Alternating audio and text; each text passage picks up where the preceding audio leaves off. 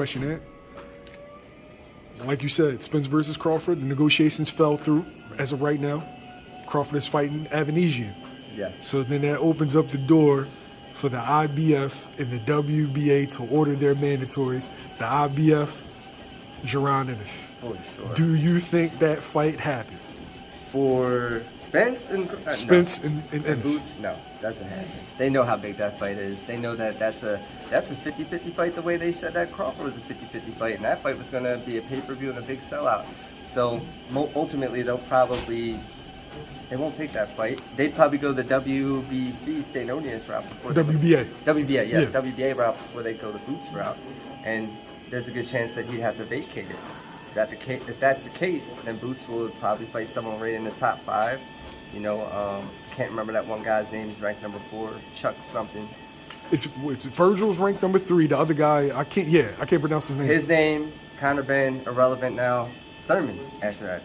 Thurman said he wanted to fight for a belt. This is an opportunity to fight for a belt.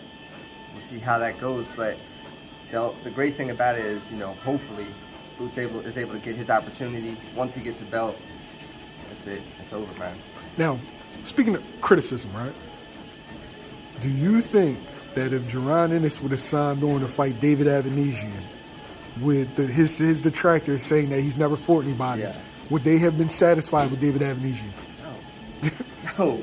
It's the same way. It's like, oh, you haven't fought nobody yet. You haven't fought anybody yet. But he's not really been given the opportunity. He hasn't given the opportunity to fight.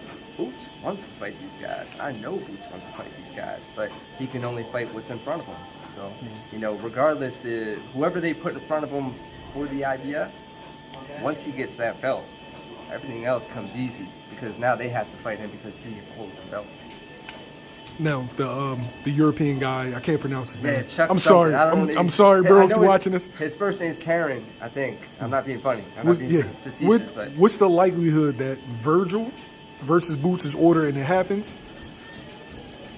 I would love to see that fight. But Virgil has a path for the title. Yeah, he's got what is it? The WBC or no. He's number 1 in WBA and the WBO. So likely it would make more sense for him to fight Stanonius than it is to fight Boots, obviously. Or WBC route, however they go. You know, Thurman's still in the picture. It's going to be very interesting how the belts open up if Spence leaves if he vacates. 3 belts open up. And you have Thurman's involved, Boots involved, Ortiz is involved. There's still a couple other guys. You know, you can't forget about Ugas. It'll be interesting how that all plays out. Who's able to fight for those titles, depending on how will they cherry pick or will they go, hey, number 1 has to fight the next closest, number 2 or 3 or 4. Okay. If you had to guess, who ends up fighting for those belts if Spence vacates? I think that they're going to really push for Ortiz to fight Stanonius.